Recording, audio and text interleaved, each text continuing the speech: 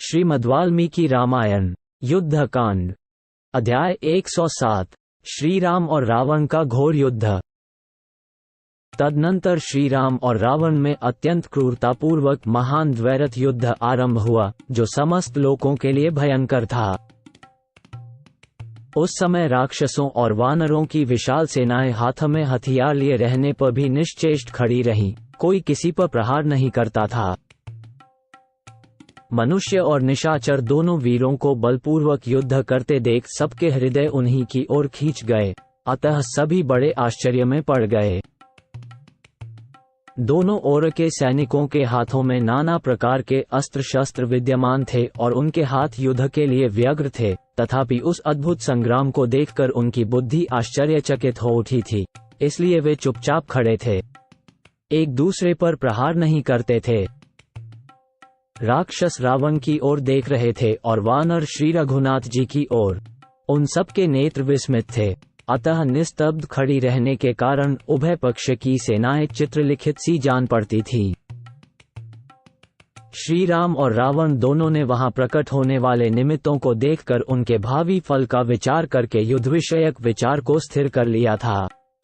उन दोनों मन से एक दूसरे के प्रति अमर्ष का भाव दृढ़ हो गया था, इसलिए वे निर्भय से होकर युद्ध करने लगे। श्री रामचंद्र जी को यह विश्वास था कि मेरी ही जीत होगी और रावण को भी यह निश्चय हो गया था कि मुझे अवश्य ही मरना होगा, अतः वे दोनों युद्ध में अपना सारा पराक्रम प्रकट करके दिखाने लगे। उस समय पराक्रमी दशानन ने क्रोधपूर्वक बाणों का संधान करके श्री रघुनाथ जी के रथ पर फहराती हुई ध्वजा को निशाना बनाया और उन बाणों को छोड़ दिया, परंतु उसके चलाए हुए वे बाण इंद्र के रथ की ध्वजा तक न पहुंच सके, केवल रथशक्ति को छूते हुए धरती पर गिर पड़े। तब महाबली श्री रामचंद्र जी ने भी कुपित होकर अपने धनुष को खींचा और मन ही मन रावण के कृत्य का बदला चुकाने उसके ध्वज को काट गिराने का विचार किया। रावण के ध्वज को लक्ष्य करके उन्होंने विशाल सर्प के समान असह्य और अपने तेज से प्रज्वलित तीखा बाण छोड़ दिया। तेजस्वी श्रीराम ने उस ध्वज की ओर निशाना साध कर अपना सायक चलाया और वह दशानन के उस ध्वज को काटकर पृथ्वी में समा गया। रावण के रथ का वह ध्वज कटकर धरती पर गिर पड़ा। अपने ध्वज का विध्वंस हुआ देख महाबली रावण क्रोध से जल उठा और अमर्ष के कारण विपक्षी को जलाता हुआ सा जान पड़ा। वह रोष के वशीभूत होकर बाणों की वर्षा करने लगा। रावण ने अपने तेजस्वी बाणों से श्री रामचंद्र जी के घोड़ों को घायल करना आरंभ किया, परंतु वे घोड़े दिव्य थे, इसलिए न तो लड़खड़ाए और न अपने स्थान से विचलित ही हुए। वे पूर्ववत स्वस्थचित बने रहे, मानो उन पर कमल की नालों से प्रहार किया गया हो। उन घोड़ों का घबराहट में न पड़ना देख रावण का क्रोध और भी बढ़ गया। वो पुनः बाणों की वर्षा करने लगा। गदा, चक्र, परेग, मूसल, पर्वत शिखर, वृक्ष, शूल, फरसे तथा महानिर्मित अन्यान्य शस्त्रों की वृष्टि करने लगा। उसने हृदय में थकावट का अनुभव न करके सहस्रों बाण छोड़े। 16, 18 युद्धस्थल में अनेक शस्त्रों की वह विशाल वर्षा बड़ी भयानक, तुमुल, त्रासजनक और भयंकर कोलाहल से पूर्ण थी। वो शस्त्र वर्षा श्री रामचंद्र जी के रथ को छोड़कर सब ओर से वानर सेना के ऊपर पड़ने लगी। दशमुख रावण ने प्राणों का मोह छोड़कर बाणों का प्रयोग किया और अपने सहायकों से वहां के आकाश को ठसाठस भर दिया। तदनंतर रणभूमि में रावण को बाण चलाने में अधिक परिश्रम करते देख श्री रामचंद्र जी ने हंसते हुए से तीखे बाणों का संधान किया और उन्हें सैकड़ों तथा हजारों की संख्या में छोड़ा। उन बाणों को देखकर रावण ने पुनः अपने बाण बरसाए और आकाश को इतना भर दिया कि उसमें तिल रखने की भी जगह नहीं रह गई।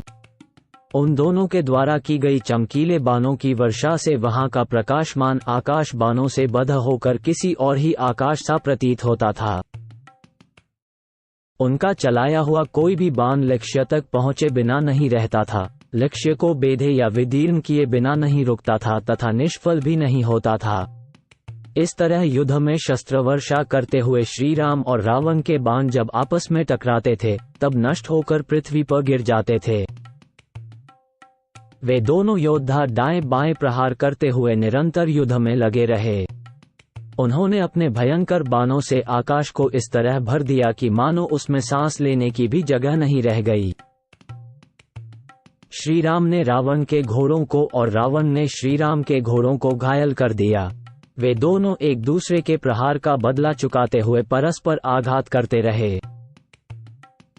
इस प्रकार वे दोनों अत्यंत क्रोध से भरे हुए उत्तम रीति से युद्ध करने लगे। 2 घड़ी तक तो उन दोनों में ऐसा भयंकर संग्राम हुआ जो रोंगटे खड़े कर देने वाला था। इस प्रकार युद्ध में लगे हुए श्री राम तथा रावण को संपूर्ण प्राणी चकित चित्त से निहारने लगे। उन दोनों के वे श्रेष्ठ रथ तथा उसमें बैठे हुए रथी समरभूमि में अत्यंत क्रोधपूर्वक एक दूसरे को पीड़ा देने और परस्पर धावा करने लगे। एक दूसरे के वध के प्रयत्न में लगे हुए वे दोनों वीर बड़े भयानक जान पड़ते थे। उन दोनों के सारथी कभी रथ को चक्कर काटते हुए ले जाते, कभी सीधे मार्ग से दौड़ाते और कभी आगे की ओर बढ़ाकर पीछे की ओर लौटाते थे। इस तरह वे दोनों अपने रथ को हाँकने में विविध प्रकार के ज्ञान का परिचय देने लगे। श्री राम रावण को पीड़ित करने लगे और रावण श्री राम को पीड़ा देने लगा। इस प्रकार युद्ध विषयक प्रवृत्ति और निवृत्ति में वे दोनों तदनुरूप गतिविधि का आश्रय लेते थे। बाण समूहों की वर्षा करते हुए उन दोनों वीरों के वे श्रेष्ठ रथ जल की धारा गिराते हुए 2 जलधरों के समान युद्ध भूमि में विचर रहे थे। वे दोनों रथ युद्धस्थल में भांति भांति की गति का प्रदर्शन करने के बाद फिर आमने सामने आकर खड़े हो गए। उस समय वहां खड़े हुए उन दोनों रथों के युगंधर हर्षों की संधि युगंधर से, घोड़ों के मुख विपक्षी घोड़ों के मुख से तथा पताकाएं पताकाओं से मिल गईं। तत्पश्चात श्री राम ने अपने धनुष से छूटे हुए 4 पैने बाणों द्वारा रावण के चारों तेजस्वी घोड़ों को पीछे हटने के लिए विवश कर दिया। घोड़ों के पीछे हटने पर दशमुख रावण क्रोध के वशीभूत हो गया और श्री राम पर तीखे बाणों की वर्षा करने लगा। बलवान दशानन के द्वारा अत्यंत घायल किए जाने पर भी श्री रघुनाथ जी के चेहरे पर शिकन तक न आई और न उनके मन में व्यथा ही हुई। तत्पश्चात रावण ने इंद्र के सारथी मातले को लक्ष्य करके वज्र के समान शब्द करने वाले बाण छोड़े। वे महान वेगशाली बाण युद्धस्थल में मातले के शरीर पर पड़कर उन्हें थोड़ा सा भी मोह या व्यथा न दे सके।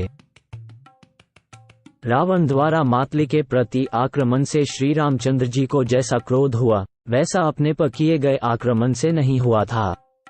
अतः उन्होंने बाणों का जाल सा बिछाकर अपने शत्रु को युद्ध से विमुख कर दिया।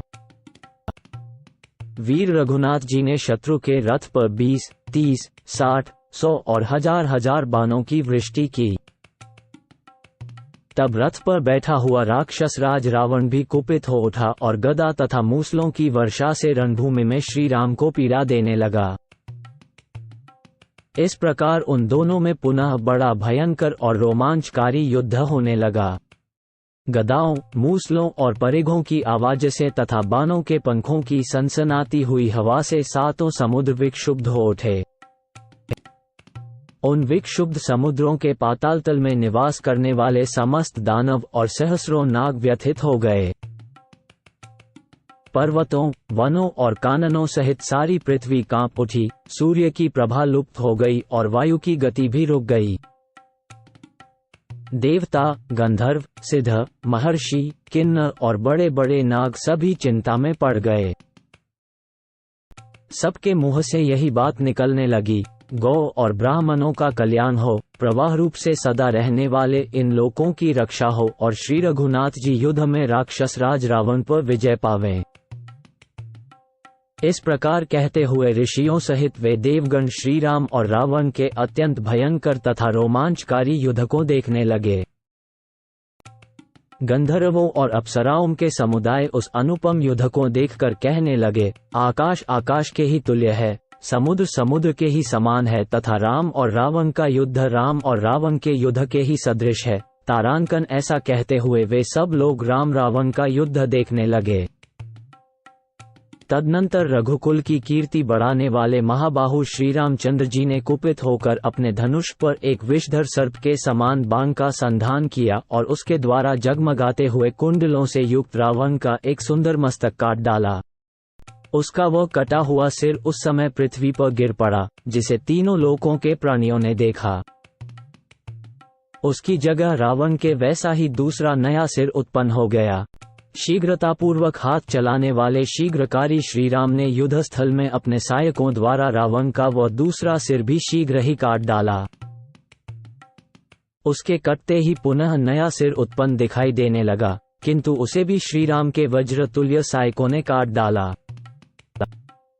इस प्रकार एक से तेज वाले उसके 100 सिर काट डाले गए, तथापि उसके जीवन का नाश होने के लिए उसके मस्तकों का अंत होता नहीं दिखाई देता था। तदनंतर कौसल्या का आनंद बढ़ाने वाले संपूर्ण अस्त्रों के ज्ञाता वीर श्री रामचंद्र जी अनेक प्रकार के बाणों से युक्त होने पर भी इस प्रकार चिंता करने लगे। अहो, मैंने जिन बाणों से मारीच, खर और दूषण को मारा, क्रौंच वन के गड्ढे में विराध का वध किया, दंडकारण्य में कबंध को मौत के घाट उतारा, साल वृक्ष और पर्वतों को विदीर्ण किया, वाली के प्राण लिए और समुद्र को भी क्षुब्ध कर दिया, अनेक बार के संग्राम में परीक्षा करके जिनकी अमोघता का विश्वास कर लिया गया है, वे ही ये मेरे सब सहायक आज रावण के ऊपर निस्तेज कुंठित हो गए हैं। इसका क्या कारण हो सकता है? इस तरह चिंता में पड़े होने पर भी श्री रघुनाथ जी युद्धस्थल में सतत सावधान रहे। उन्होंने रावण की छाती पर बाणों की झड़ी लगा दी। तब रथ पर बैठे हुए राक्षस राज रावण ने भी कुपित होकर रणभूमि में श्रीराम को गदा और मूसलों की वर्षा से पीड़ित करना आरंभ किया। उस महायुद्ध ने बड़ा भयंकर रूप धारण किया। उसे देखते ही रोंगटे खड़े हो जाते थे। वो युद्ध कभी आकाश में, कभी भूतल पर और कभी कभी पर्वत के शिखर पर होता था। देवता, दानव, यक्ष, पिशाच, नाग और राक्षसों के देखते देखते वह महान संग्राम सारी रात चलता रहा। श्री राम और रावण का वह युद्ध न रात में बंद होता था और न दिन में। 2 घड़ी अथवा 1 क्षण के लिए भी उसका विराम नहीं हुआ। एक ओर दशरथ कुमार श्री राम थे और दूसरी ओर राक्षस राज रावण। उन दोनों में से श्री रघुनाथ जी की युद्ध में विजय होती न देख देवराज के सारथी महात्मा मातली ने युद्धप्रायण श्री राम से शीघ्रतापूर्वक कहा,